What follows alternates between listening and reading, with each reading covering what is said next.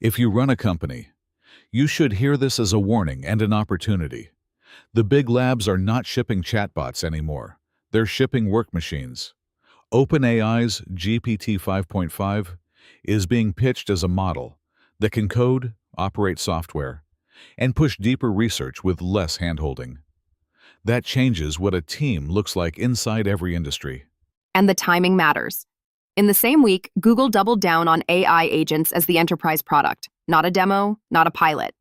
They're wrapping products into Gemini Enterprise and talking openly about governance and security for agents.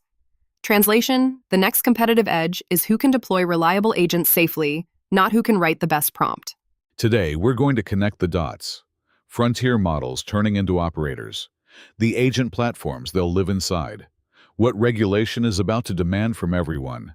And why robots and biotech are getting pulled into the same gravity well. Hey, welcome to your AI future. The AI revolution isn't coming, it's here, and it's moving fast. But here's the good news. You don't have to figure it out alone. Every episode, we break down exactly what's changing, how it hits your career and your daily life, and the real steps you can take right now to stay ahead. This transition leads to abundance, and we're going to help you get there. Let's go. Let's start with OpenAI. CNBC says GPT 5.5, they also call it G55, is being framed as better at coding, using computers, and deeper research. The key line for me was Brockman saying it can do more with less guidance and figure out what needs to happen next. That's not a chatbot. That's a junior operator. Yeah, and notice where they're shipping it. Paid ChatGPT tiers and codex first, then API with different safeguards. That's a signal that OpenAI expects developers to embed this into workflows, but they're also acknowledging the risk profile. CNBC reported OpenAI said it's high cybersecurity risk, not critical, after third-party testing and red teaming. So, if you're listening and you manage a team, here's the question. What work do you currently treat as human only because it requires context switching across tools? That's the category that's about to compress. And it's not just OpenAI. TechCrunch reported Anthropic is previewing a frontier model called Mythos under Project Glasswing, and they're not releasing it broadly. They claim it found thousands of zero-day vulnerabilities, many of them 1 to 2 decades old. That is both impressive and terrifying. Let's translate that. A model that can find vulnerabilities at scale can also exploit them at scale. So Anthropic's move, limited access to about 40 organizations and a tighter core of partners, is basically saying, we think capability is now a security event. Exactly. And it foreshadows where compliance and governance are going. You don't just buy a model. You manage a system with operational and security controls, like you would a database holding customer data. Practical step. If you're adopting these systems, treat AI access like privileged access. Role-based permissions, logging, and a clear boundary between what the model can do autonomously and what requires human confirmation.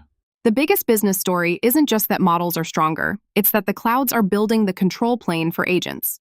Reuters, via US News, says Google is consolidating products under Gemini Enterprise with governance and security features for agents, because enterprises are under pressure to show returns on massive AI spending. And Google's also saying the infrastructure is being designed for the age of agents. They talked about new TPUs, TPU-8T for training, TPU-8i for inference, and they tossed out huge scale numbers, clusters of 9,600 chips scaling to 134,000, and even linking up to 1 million chips with other tech. That's a way of saying, we can run your agents at scale. They also shared an internal benchmark. 75% of Google's code is generated by AI, up from 50% last fall. That's a real-world adoption metric, not a lab score. Now layer Oracle onto this. Futurum wrote about Oracle launching Fusion agentic applications, agents embedded directly into ERP and CX workflows. This is the other path.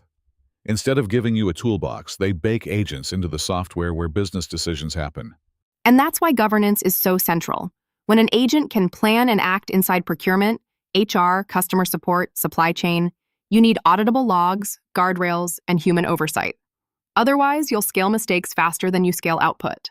If you're a leader choosing platforms, ask 3 questions. 1. Where does the agent get its data? 2. What are the permission boundaries? 3.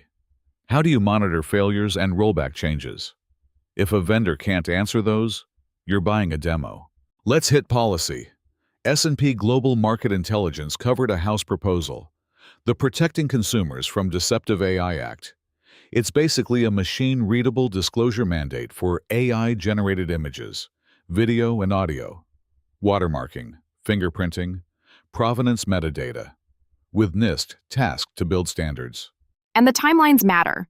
The bill gives the FTC 2 years to write rules, then obligations kick in 90 days after that. So think, not tomorrow, but directionally, this is the future. Technical standards for content provenance that platforms can't strip. Also, it defines big platforms as those with $50 million plus revenue, or 25 million plus monthly active users in at least 3 of the prior 12 months. That's a lot of major services.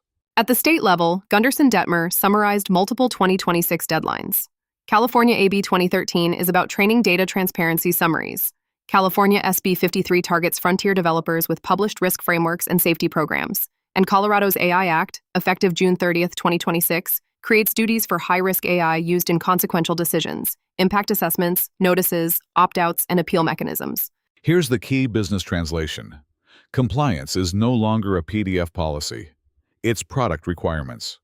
You'll need data lineage, model documentation, and a way to explain decisions. Action step for operators. Inventory where AI touches consequential decisions. Hiring screens, credit risk, insurance, housing, healthcare triage. Then build an audit packet per system. Purpose, training data summary, monitoring metrics, and a human review workflow. Humanoids are starting to look like the physical version of enterprise agents. CNBC reported Apptronic raised $520 million at a $5 billion valuation, and they're already testing Apollo in factories and warehouses with Mercedes-Benz, GXO Logistics, and Jabil. They're partnering with Google DeepMind on Gemini robotics models.